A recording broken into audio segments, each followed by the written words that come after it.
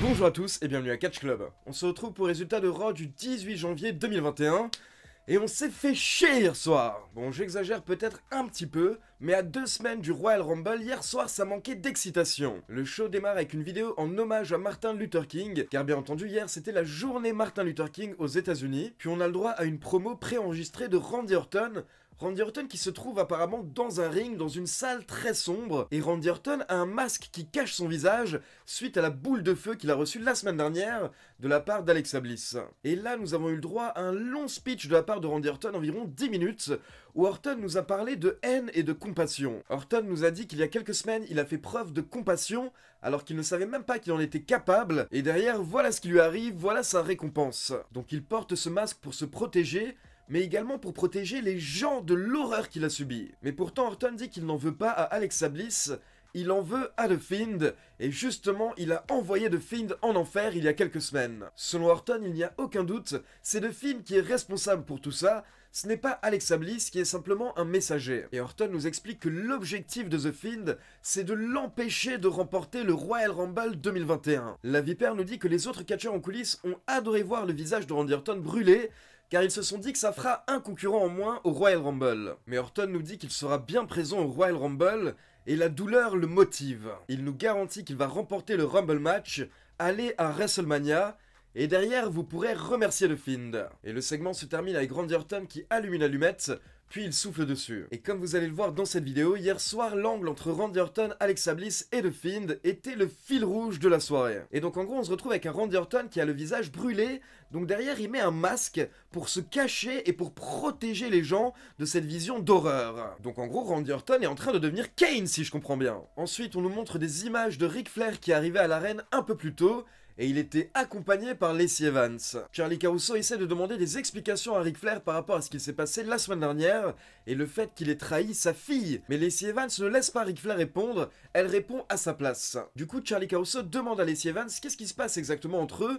Quelle est la relation? Et Lacey Evans répond simplement qu'elle souhaite apprendre auprès du meilleur. Puis Lacey Evans s'en va avec Ric Flair en disant à Charlie Caruso qu'ils ont des places pour regarder le match entre Peyton Royce et Charlotte Flair. Donc justement on passe au premier match de la soirée, Charlotte Flair contre Peyton Royce, et alors que Charlotte Flair était en train de faire son entrée, elle s'est directement fait attaquer par Peyton Royce. Ensuite le match a finalement démarré, et au bout de quelques minutes, la musique de Ric Flair retentit.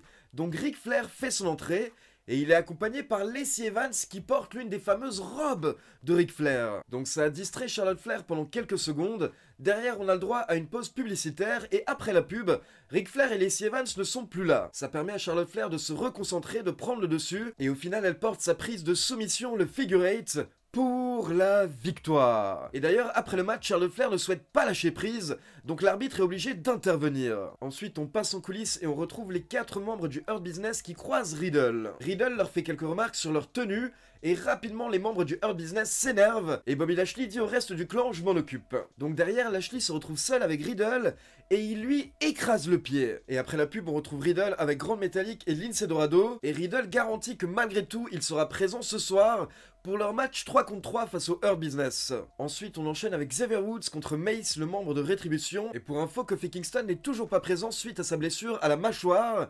Et justement, avant le match, on a le droit à une petite promo de Mustafa Ali. Mustafa Ali dit qu'il espère que la blessure de Kofi Kingston l'empêchera de participer au Royal Rumble et également à WrestleMania.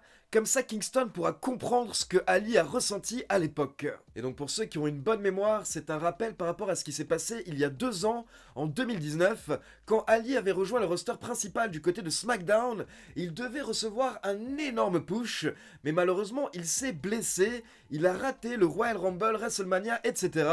Et c'est Kofi Kingston qui a pris sa place dans les storylines.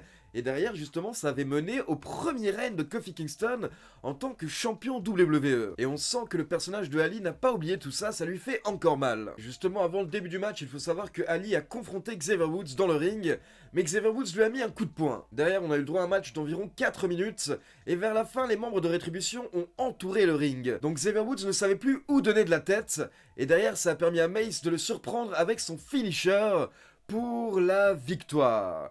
Et après le match, les membres de Rétribution montent sur le ring, ils se mettent au-dessus de Xavier Woods totalement KO, et ils envoient un petit message à Kofi Kingston Il lui souhaite un bon rétablissement. Ensuite, nous avons le droit à la petite vidéo qui annonce tous les détails par rapport à WrestleMania 37, 38 et 39. Et justement, je vous ai fait un résumé de toutes ces infos dans la dernière vidéo news qui est sortie dimanche. Je vous laisse le lien dans la description, n'hésitez pas à la checker. Puis on retourne dans l'arène et on retrouve Alexa Bliss dans son playground, son aire de jeu. Bliss est assise sur une balançoire et il y a une place vide à côté d'elle. Et Alexa Bliss démarre avec quelques petites blagues par rapport à la semaine dernière. Elle dit que ça a chauffé entre elle et Randy Orton. Et si jamais Randy Orton a besoin de conseils, Alexa Bliss connaît une bonne crème solaire. Puis Alexa Bliss nous présente son invitée, la championne de Raw, Asuka. Donc Asuka monte sur le ring et elle allait s'asseoir à côté d'Alexa Bliss sur la balançoire vide. Mais Alexa Bliss l'arrête en lui disant que ce n'est pas sa place. Et derrière on a le droit à un petit speech d'Alexa Bliss, mais elle n'arrête pas de s'arrêter pour parler à quelqu'un qui apparemment est assis à côté d'elle, mais qu'on ne voit pas. Alexa Bliss demande à ce fantôme si elle peut faire son annonce, et derrière elle annonce qu'elle intègre le Royal Rumble match féminin. Et Alexa Bliss souligne que si elle remporte le match, elle pourrait affronter Asuka pour le titre de Raw à WrestleMania. Asuka répond en disant que ce serait un honneur pour elle, et elle lâche même un petit yaoui waoui. Mais ça n'a pas du tout plu à Alexa Bliss, et elle s'excuse auprès de son ami imaginaire en disant que Asuka n'était pas censée dire ça. Et là, comme d'habitude, Asuka qui commence un petit peu à faire n'importe quoi dans le ring, elle demande à ce qu'on lance sa musique, et elle commence à danser dans le ring. Mais ça énerve encore plus Alexa Bliss, donc Alexa Bliss ordonne à Asuka d'arrêter. Et elle explique que si elle avait tout fait correctement, il serait encore là avec elle. Asuka essaie de calmer Alexa Bliss en lui disant que tout va bien, et elle essaye de la rassurer en disant que The Fiend est toujours là. Mais Alexa Bliss s'énerve et elle dit à Asuka de ne jamais prononcer son nom. Et là d'un coup, Alexa Bliss se tourne vers un petit cheval en bois, un cheval à bascule qui est dans le ring, et le cheval bouge, comme s'il y avait quelqu'un dessus. Donc là, forcément, Asuka a peur et elle quitte le ring. Donc en gros, ce qu'essayait de nous faire comprendre la WWE hier soir, c'est qu'apparemment l'esprit ou le fantôme de The Fiend était présent dans le ring. Ensuite, on voit The Miz et Morrison en coulisses, car pour info, un peu plus tard, ils vont présenter leur show de Dirt Sheet. Et apparemment, ils vont avoir Goldberg en invité. Puis on a le droit à une petite interview de Shayna Baszler en coulisses par rapport à ses attaques contre Mandy Rose et Dana Brooke. Et Shayna Baszler répond qu'elle est prête à s'attaquer à toutes les catcheuses lors du Royal Rumble, même sa propre partenaire Nia Jax. Et on peut voir que Nia Jax n'a pas du tout apprécié. Et derrière, justement, on enchaîne avec Mandy Rose accompagnée par Dana Brooke contre Shayna Baszler avec Nia Jax qui était aux commentaires pendant le match. Et Mandy Rose n'a pas fait long feu car Shayna Baszler remporte le match en moins de 4 minutes avec son Kirifuda Clutch. Et après le match, on peut voir Shayna Baszler qui s'engueule un petit peu avec Nia Jax et Dana Brooke en profite pour leur porter un dropkick par derrière. Et après la pub, on retrouve Nia Jax et Shayna Baszler en coulisses toujours en train de s'embrouiller.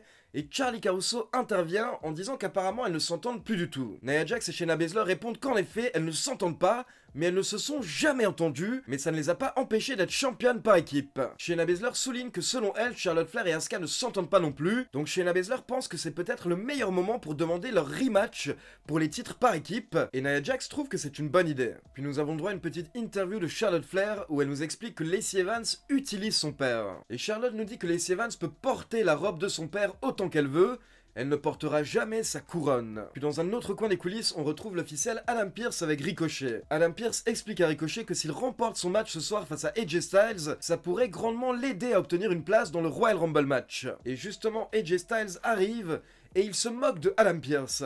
Il dit que Ricochet ne devrait surtout pas suivre les conseils de Adam Pearce, car Adam Pearce est une blague. Il avait un match pour le titre universel et à la place, il a préféré fuir. Donc on enchaîne avec AJ Styles accompagné par Omos contre Ricochet. On a eu le droit à un excellent match d'environ 13 minutes, avec un finish magnifique, un finish inédit. En fait, AJ Styles a fait rebondir Ricochet sur les cordes, et quand le corps de Ricochet est revenu vers AJ Styles, il l'a directement attrapé en position de Styles Clash. Donc c'était vraiment une séquence de finish spectaculaire, et ça a permis à AJ Styles de remporter le match. Ensuite, on retrouve The Miz et John Morrison dans le ring pour le Dirt Sheet, et ils nous présentent leur invité exclusif Goldberg. Mais derrière, en fait, on a le droit à l'entrée de Gillberg. Et pour info, pour ceux qui ne le connaissent pas, Gillberg est un catcheur qui utilise un personnage où il se moque de Goldberg. Donc en fait, c'est un petit peu un Goldberg, mais version discount, on va dire. Et c'est un catcheur qui faisait réellement partie de la WWE à la fin des années 90. Et derrière, en fait, on a eu le droit à un petit segment comédie. On a également eu la musique de Drew McIntyre qui démarre d'un coup, mais en fait, c'était un acteur qui jouait Drew McIntyre. The Miz nous explique que Goldberg et McIntyre vont tous les deux perdre lors du Royal Rumble, car il va encaisser sa mallette Money in the Bank, et à la fin de la soirée, ce sera lui le champion WWE. On enchaîne ensuite avec le Hurt Business, donc Cedric Alexander, Shelton Benjamin et Bobby Lashley, accompagnés par MVP, contre Grand Metalik, Lince Dorado et Riddle. Et l'histoire de ce match, c'était les tensions au sein du Hurt Business. D'abord, au bout de quelques minutes, on a Shelton Benjamin qui repousse violemment Cedric Alexander. Donc MVP essaye de les calmer, mais pendant tout le match, Alexander et Benjamin ne vont pas s'entendre, et au bout d'un moment, Bobby Lashley n'en peut plus, donc il effectue le relais pour prendre les choses en main. Et derrière, il enchaîne avec un spear sur Grand Metalik, puis le Hurt Lock pour la victoire. Donc le Hurt Business remporte le match, mais clairement c'est de plus en plus tendu au sein du clan. Et justement, alors que les membres sont en train de s'expliquer après le match, Riddle en profite pour porter un coup de pied à Bobby Lashley, et derrière Riddle prend la fuite. Ensuite on retrouve Elias avec Jackson Ryker en coulisses. Elias explique que la semaine dernière quand il a dit à Ryker de ne pas intervenir, ce qu'il voulait dire en réalité, c'est qu'il voulait que Jackson Ryker intervienne. Du coup ce soir la mission de Jackson Ryker c'est de finir le travail en affrontant Jeff Hardy. Et juste avant de quitter les vestiaires, Jackson Ryker se retourne vers Elias en lui disant mais juste pour être sûr, ce soir tu n'interviendras pas pour m'aider. Puis on a le droit à une petite vidéo préenregistrée du champion WWE Drew McIntyre qui se trouve chez lui pour nous donner des nouvelles et il nous dit qu'il se sent de mieux en mieux. Puis McIntyre demande à Goldberg de ramener le vrai Goldberg lors du Royal Rumble,